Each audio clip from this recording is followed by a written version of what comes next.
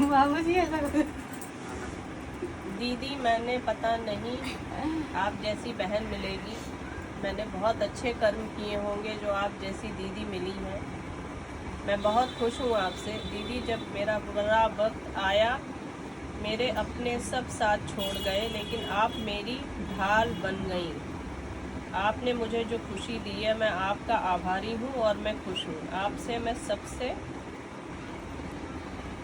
पहले सब बोल देता हूँ, मैं सभी से बोल देता हूँ मेरी शिप्रा दीदी है, मुझे किसी बात की चिंता नहीं। देखो सबसे पहले तो संबंधों में आभार नहीं होता, तुम मेरी जिम्मेदारी हो, मेरा दायित्व हो। और आज के युग में जब हम कहते हैं भाई बहन, लड़का और लड़की एक ही तरह के हैं, तो जब बहन पे मुसीबत आएगी तो भाई खड़ा होगा और जब भाई पे आएगी तो बहन खड़ी होगी। तो कभी अपने मन में ये मत समझना मैंने कोई एहसान किया तुम पर, बस तुम मुझे अपनी बहन मानते हो और मैं तुम्हारी सेवा कर रही हूँ। और याद करो 3 साल पहले डॉक्टर ने कहा था 1 महीने का समय बचा है, कहा था तुम्हारे पास 1 महीना है, और मैंने तब तुम्हें कहा था कि मैं तुम्हें कुछ नहीं होने दूंगी। इसलिए मन में कोई बुरे विचार मत लाओ, ठीक है। और मैं तुम्हें एक कहानी समझाने के लिए आई हूँ आज। रामकृष्ण परमहंस एक बहुत बड़े साधक थे।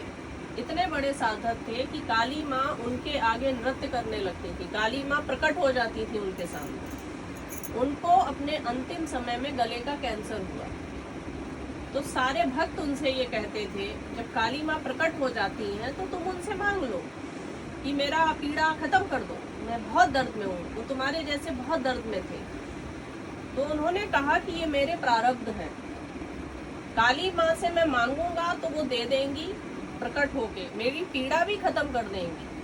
पर जितना मेरा समय बचा है पीड़ा का, सुख का, दुख का, कलेश का, बाधा का, वो सब हमें और तुम्हें काटने पड़ते हैं। तो मुझे अगला जन्म लेना पड़ेगा इस दर्द को सहने के लिए।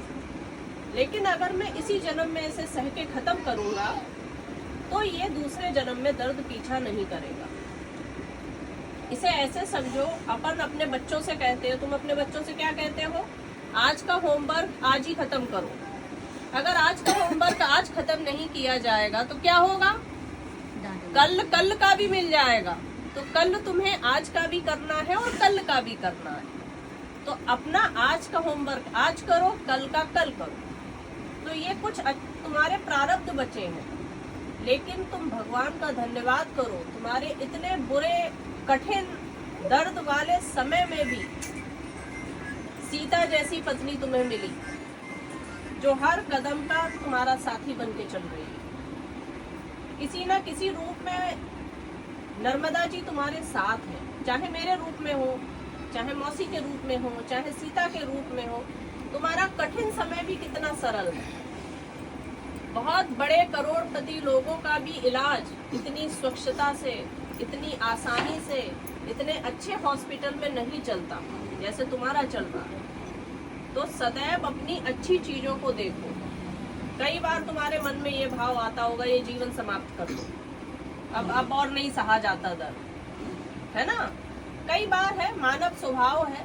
अगर आता है ऐसा तो तुम उस समय ये समझना कि नहीं, अगर तुमने ऐसा कुछ किया तो वही कर्म भोगने को तुम्हें दोबारा जन्म लेना पड़ेगा। इसलिए जो भी भगवान तुम्हें पसंद है उसका मंत्र मन मन में पढ़ो। मैं ये नहीं कह रही हूँ कि भगवान किसी का भाग्य बदलते हैं, लेकिन भगवान एक ऐसे पेन किलर की तरह होते हैं कि जितनी देर तुम उनका जाप करोगे उतनी देर तुम्हें दर्द नहीं होगा या कम हो जाएगा।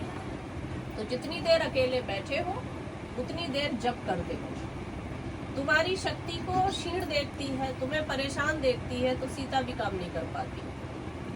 हर फोन पे चौंक के फोन उठाती है। ये तो चिट्ठी मैं ले जाऊंगी, इसे मैं फ्रेम करा के रखूंगी कि मेरे भाई ने मेरे बारे में इतना अच्छा लिखा है।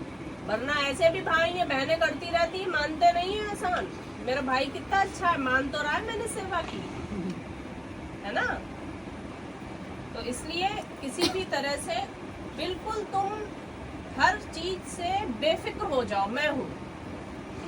तुम्हारे बच्चों की पढ़ाई, उनकी नौकरी, उनका कन्यादान मेरी जिम्मेदारी है मेरे जीवित रहते। यदि मैं जीवित हूँ तो मैं किसी के बारे में नहीं सोचना, ठीक है? तुम सिर्फ अपना ध्यान रखो। ये सब व्यवस्था मेरी है और घर मैंने नहीं बनवाया तुम्हारा। मैं बहुत छोटी स्त्री हूँ, मैं खुद भिक्षा पे हूँ।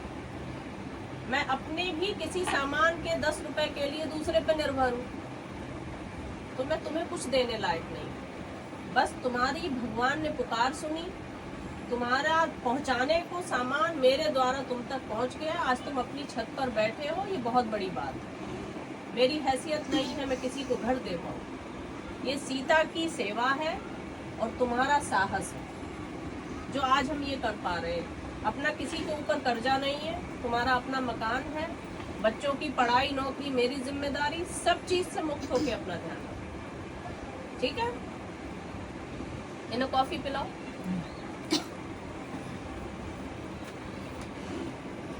तो मेरी कहानी समझे ना, जो कहानी मैंने तुम्हें समझाई है।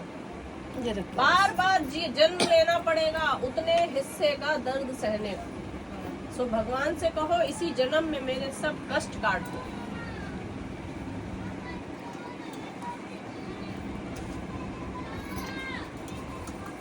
इसे इस पाइप में डालना होता है। हाँ जी, छान के लेती हूँ इसको ताकि मतलब फंसे ना।